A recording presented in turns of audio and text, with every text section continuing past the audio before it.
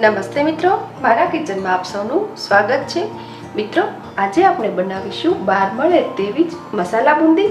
મિત્રો, આવી અવનવી રેસીપી જોવા માટે મારી ચેનલ સબસ્ક્રાઇબ કરીને બાજુમાં આપેલ બેલ આઇકોન પ્રેસ કરી લેજો, જેથી તમને મારી નવી રેસીપીના નોટિફિકેશન મળતા રહે। મિત્રો, મસાલા બુંદી બનાવવા માટે મેં અહીં મેઝરિંગ કપ મુજબ 1 કપ એટલે કે 100 ગ્રામ બેસન લીધો છે। આ બેસનને મેં ચાળી લીધો છે। મિત્રો, કોઈ પણ રેસીપી બનાવતા પહેલા લોટ હંમેશા ચાળીને જ વાપરવાનો આગ્રહ રાખો। સાથે જ હું એડ કરું છું 1/4 ટેબલસ્પૂન જેટલું મીઠું, 1/8 ટેબલસ્પૂન જેટલું લાલ મરચું, ચપટી હળદર। હવે આ બધા મસાલાને સારી રીતે મિક્સ કરી લઈએ। મિત્રો, હું અહીં માત્ર આટલા જ ઇન્ગ્રેડિયન્ટ્સ યુઝ કરું છું, પરંતુ ટેસ્ટ વેરિએશન માટે અહીં તમે ચાટ મસાલો, આમચૂર પાવડર, ગરમ મસાલો કે પછી જલજીરા મસાલો પણ એડ કરી શકો છો। હવે તેમાં થોડું પાણી એડ કરીને આપણે ખીરું તૈયાર કરવાનું છે। મિત્રો, 1 કપ લોટ સાથે પોણા કપ જેટલું પાણી યુઝ થતું હોય છે, પરંતુ આપણે અહીં પહેલા અડધો કપ પાણી એડ કરીશું, બરાબર મિક્સ કરીશું અને થોડું પાણી એડ કરીશું। મિત્રો, આ બુંદી બનાવવાનું કામ ખૂબ જ આસાન છે, પરંતુ મહત્વનું કામ તેનું બેટર તૈયાર કરવાનું છે।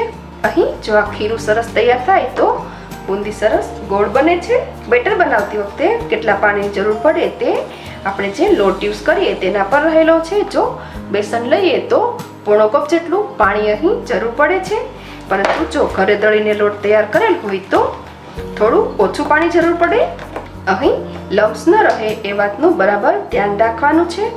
એકદમ સોફ્ટ બેટર તૈયાર કરવાનું છે। અહીં બુંદી બનાવવા માટેનું આપણું બેટર તૈયાર છે। આ બેટરની કન્સિસ્ટન્સી આ મુજબની અહીં સેટ કરવાની છે।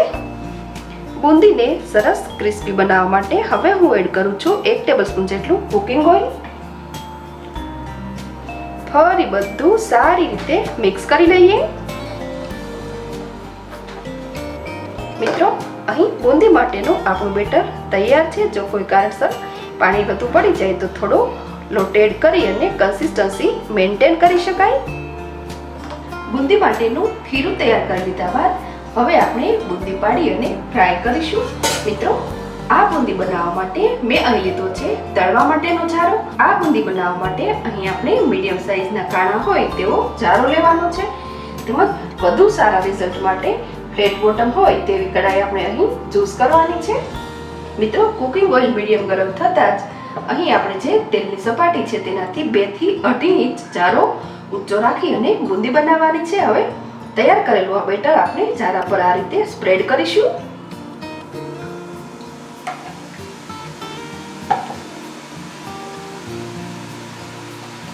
જારાને હળવા હાથે આ રીતે થપથપાવવાનો છે।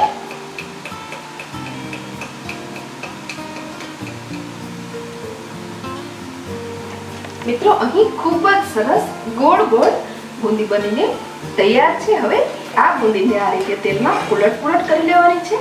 આ બુંદીને ફ્રાય થતા બિલકુલ ટાઈમ લાગતો નથી, માટે ફટાફટ એક્સ્ટ્રા ઓઇલની દાળીને તેલમાંથી લઈ લેવાની છે।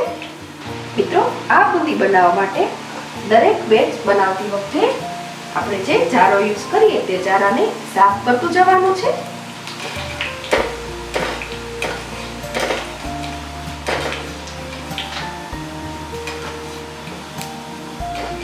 મિત્રો, અહીં આપણી મસાલા બુંદી બનીને તૈયાર છે। 1 કપ લોટમાંથી ઘણી બધી મસાલા બુંદી બની શકે। મિત્રો, આ મસાલા બુંદી બનાવવાનું કામ સાવ આસાન છે, તો નેક્સ્ટ ટાઈમ તમે પણ બનાવજો। મસાલા બુંદી સાથે તમારા અનુભવો મારી સાથે શેર કરજો, તેમજ બુંદી બનાવવાની મારી આ રેસીપી સારી લાગે તો એક લાઈક ચોક્કસ કરજો, તેમજ અપડેટ્સ માટે મારી ચેનલ સબસ્ક્રાઇબ કરી લેજો। ફરી મળીશું નવી રેસીપી સાથે। Thanks for watching.